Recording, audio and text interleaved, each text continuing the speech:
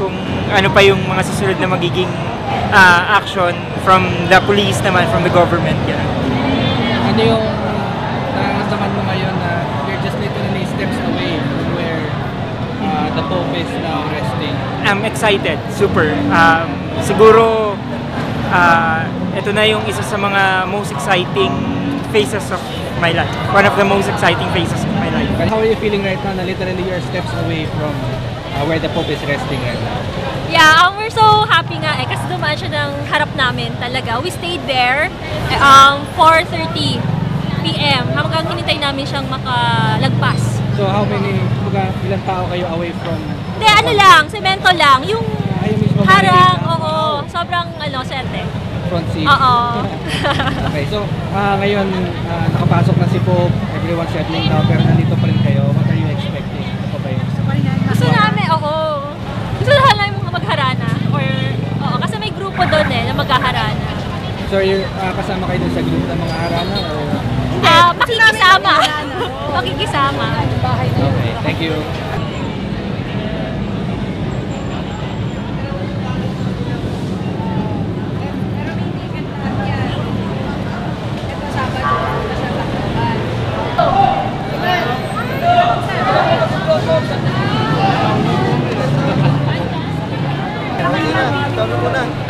Sir, sa akin, vlog ko. Ayaw.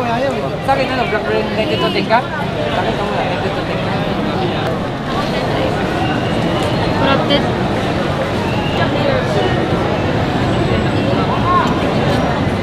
Bakit na? Hindi naman ako nagsisale.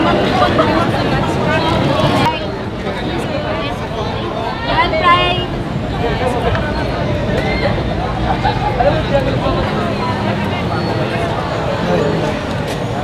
Napag-bluetooth ka rin sa'yo.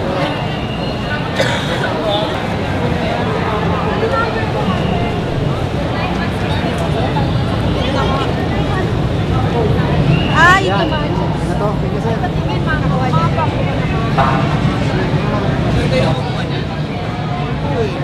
Nasa paso na lang ito.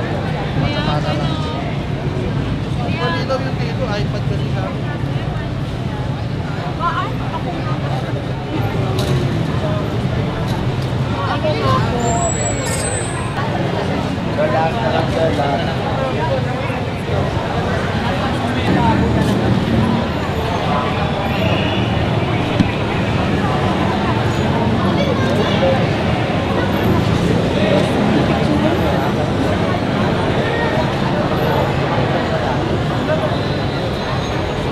Ano po yung, anong oras pa kayo nandito kanina? Mga 3 o'clock, past 3 o'clock. Past 3, tapos talagang nagkabang na kayo. Apo. Ano yung naramdaman nyo na dumaan? Parang excited ka na parang feeling ko parang naiiyak ka, yung gano'n na nandyan siya. Kahit hindi ko siya nakita, yung kasi biglang tumangkad yung mga nasa harapan ko eh. Tapos yung kinukunan ko, parang puro ilaw, tsaka pulisan na kukuha ko. Pero anyway, andun yung pakiramdam mo na alam mo nandyan siya, na feeling ko na parang na-refresh ka, parang gano'n. Tapos parang masaya, gano'n ang pakiramdam mo. Ano yung naramdaman nyo nung nakita ko si Kinalabutan ko. Parang kakaibang parang hindi natural na parang inabangan mo siya eh, tapos yung dumaan, kakaibang pakiramdam talaga. Na parang na-bless ka. Kahit na ba hindi mo nahawakan, pero dumaan lang siya, iba yung presensya niya. Ngayon, anong hinihintay nyo dito? Gusto namin puntahan, kaso lang bawal yata eh. Pero siguro may ibang way pa si God para baka sa susunod na araw makita namin, mas malapit. Kasi ang bilis po eh. Kanina nung dumaan. Opo. Kaya po naglakad din po kayo papunta dito sa malapit. Baka sakali po kami na baka makita po. Ano nararamdaman nyo ngayon na ang lapit lang niya, literal, ilang pader lang yung pagitan niya? Oo. Hindi namin ma-explain pero basta importante nandito siya sa Pilipinas. Sana dito siya, tapos uwi siya ng safe. Yun na lang siguro yung dapat pag-pray ng mga Pilipino. Cavite, siya sukat. Taga England. Wow! Umuwi pa po kayo talaga dito para kay Pope. Uwi ako nung December. Pasko, tapos inantay ko na yan. At kapag pinasadya niyo po yung pag-alis niyo, ay aabutan niyo siya. Ano po yung, nasan po kayo nung dumaan si yung po? Sa may harapan ng hospital ng Maynila. Doon. Naglakad na kayo dito. Ano po, bakit po kayo nandito? Ano po hinihintay niyo po? Buwan na sasakyan. May sundo po kayo hinihintay niyo lang? Wala. Taxi kami. Wala pong dato. Ay, bukas naman po pala yung kanina. So, ngayon ma'am, ano po nararamdaman nyo na nandyan lang po siya para kapit-bahay lang ninyo si Pope? As usual, nung makita ko yung unang Pope, 1980 yata yun. Tsaka 1995. Tsaka ito, pangatlo ngayon. Umaga ang sakaya loob. Kahit nakita ko na siya sa Rome, okay pa rin yung... Evidence, kamay ni Miss Ami.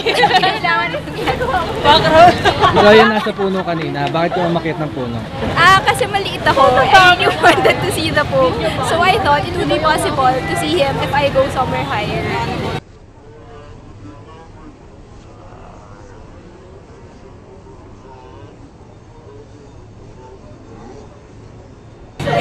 So I decided to try. Ayan. Sige ba? Friends. So- Siya yung tumulong sa akin makaakyat. Ayan. So, ano naman experience sa pagtulong sa pag-akyat niya sa puno? Ikaw ang Alam ko inakyatan niya. nasaktan siya. Ipapakita ko lang yung puno. Dito siya kanina. Ayun, nandito na ako. Inetsa ko siyang ganyan, tapos alam ko may sugat na yung mga elbows niya, gano'n. Pero yun. Tapos siguro nandiyan nasa trees Nasa trees siya ng mga 2 hanggang dumating si Pope. dumating si Pope. Wow. So teamwork siya. Siya yung nagbuhat. Tapos pag may kailangan ako sa baba, abot. pwede pa hingi ng water. So, nung dumaan si Pope, kitang-kita mo siya. Oo, nakita ko from afar. Tapos when he was getting nearer, and then again doon, kasi kita rin eh. Can you take a picture? Sinisignal niya kami kung padating na. Kasi diba, Kasi hindi nila kita. Kasi sinisignal ko rin niya kung makakapasok ako sa Jollibee, para makaihi, para makapasok ako sa McDo. Wala na Para daw may time tao. pa. Ganun. Siya yung checkpoint. Parang Pag may tumatawag, siya yung landmark. Pag may tumatawag, si Miss Ami nasa puno. May picture ka or video? I was able to take a video, but the problem is I got so excited. So parang ganun-ganun. Okay. Yun. So, ngayon, nakapasok na siya ng bahay niya. Ano pang hinihintay niyo dito? Ba't nandito pa kayo? We're still savoring. Ganyan, na parang we're with our friends and then reminiscing na parang, did you see him? Did you get to see him? So baka sakali makapasok pa kami.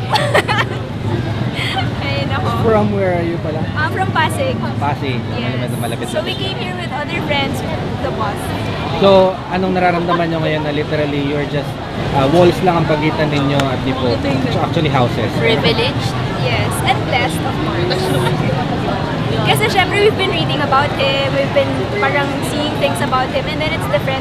Now you actually see him in person. And then wala, parang naiyak ka ba? Medyo naiyak kaya ako kanina. Nainis ako kasi hindi ko nakita dahil sa tent eh. Nakita ko lang siya nose pababa. Kaya siya naman dito. torso eh. Ah. Yun. Feeling blessed pa din kahit torso lang yung nakita. Alam ko naman nag-high siya eh. Sabi ko, uy, white na white. Sino na yan? Yun. So that was our experience. Thank We'll try you. again the next days. Ayan, so you could see, diba, he's nagkagulo-gulo ng ganyan. Na-excite ako masyado, pero na-try siya maayos ulit. And then there, diba, he's moving, he's there. And then ayan na ulit, gulo. So, and then na-recover ko lang ulit nung nandun na siya because I was looking at him na talaga. Yun. So, that was the video. Thank you.